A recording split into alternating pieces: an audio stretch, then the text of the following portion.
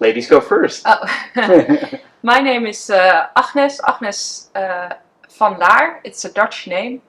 I'm the partner of, or actually fiancé, of Paul van Renselaar, and Paul is affected. Yeah, so indeed, my name is Paul van Renselaar, and I'm indeed a CHM patient, and we have our own foundation also in the Netherlands, fighting for the same cause as Cure CHM. So my mom is obviously carrier of the disease, and both her brothers already had the disease as well, so she already knew she had a chance her child would get CHM. So when I was born, at the age of 5, 6, she noticed already when I said, I don't see something in the dark, she was like, oh no, he has it as well. This is 34 years ago. Oh, I'm getting old. And then I was actually specifically diagnosed at the age of 18. But we already knew I had the eye disease, but then I was actually genome tested.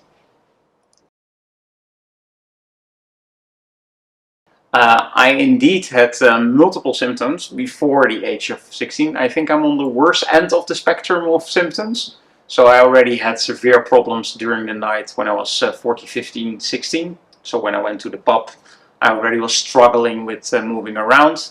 And in my early 20s, I saw my peripheral vision already getting smaller and smaller. So I stopped playing tennis and those kind of things. And now I'm back at, I think, 9% vision, something like that. So small tunnel vision. We met sort of the old-fashioned way and the new-fashioned way. Yeah, so no it's swiping. A mixture. It's a mixture. Oh, no swiping. Yeah. You can tell. Okay. Well, we met via internet dating, but the old-fashioned way. So not Tinder, but via a matching website. So actually, it's fun because I just tried it for 3 days. I thought, okay, let's give it a try, and then he was the first one I met. And now 9 years later, we are engaged. So it worked. Well, actually, I already knew from the first moment. First moment on. I think you told it to me in the second date already or something. So, but that was the semi-story, so that was only like, okay, I'm a little bit blind in the dark, and I've a little bit of problems. But yeah, well, of course, when you fall in love, then you were, love makes you blind as well. So I was like, okay, well, I will just see how it works with us together, and I will manage, and we will figure it out. And yeah, for me, it's because we are now already 9 years together. I see a huge difference with the beginning of our relationship.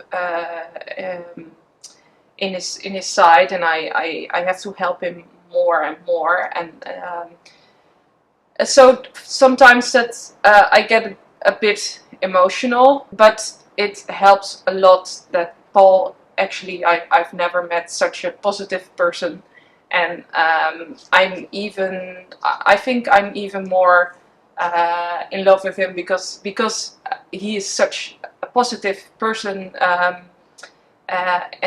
Yeah, for me, it's I can't imagine how you could be such a positive person with that perspective. Yeah, thank you. Yeah, so it's double.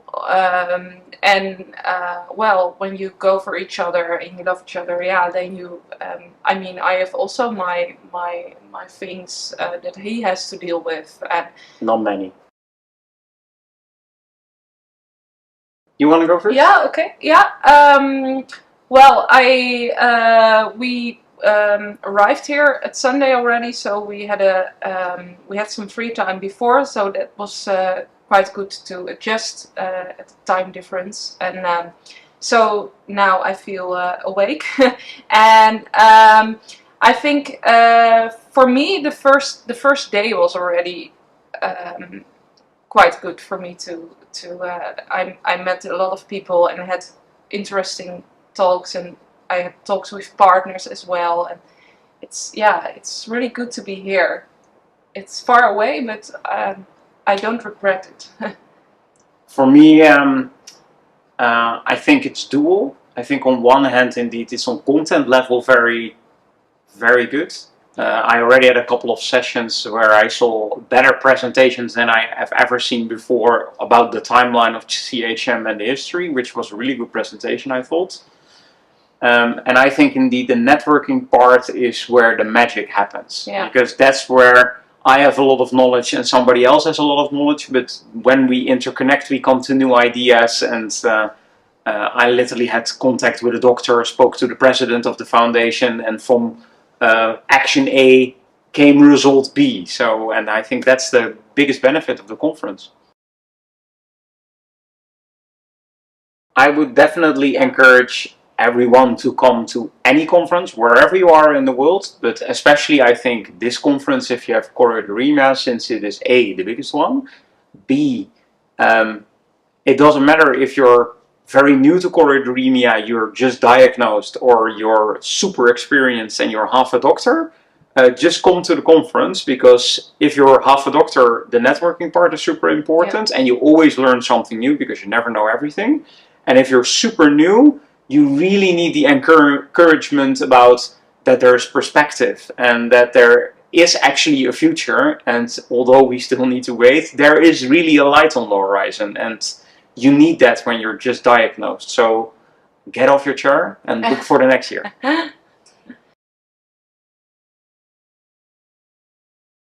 I'm like my girlfriend said, very positive. So I am convinced there will be a solution. Obviously, the question is when. But this morning, somebody said it very rightful.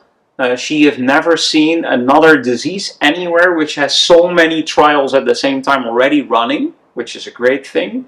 There are many researchers working on many different perspectives and spectrums for choroideremia. So we will get there, and probably there's a moment that, bam, there we have the success, but we need to wait. And there are so many eggs in the basket, one will hatch and will yield the result we all need.